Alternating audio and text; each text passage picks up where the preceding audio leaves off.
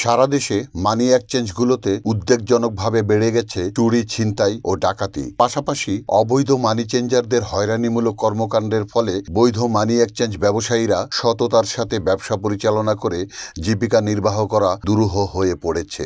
সেই সাথে চরম নিরাপত্তাহীনতায় দিন কাটছে।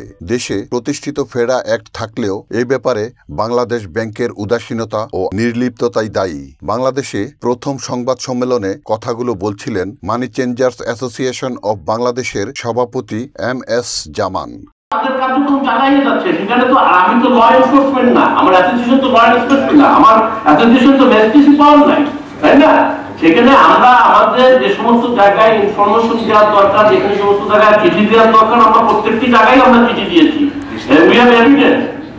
হ্যাঁ, এবং সেখানে তারা কি করতেছে না করছে, তারা কিভাবে পরিচয় করছে, এটা তারাই ভালো বলতে পারবে। সেটা আপনাদের মাধ্যমে আমরা জানতে চাচ্ছি যে তারা কিভাবে কি করতেছে। Report Shahjahan Chowdhury, NAN TV, Dhaka.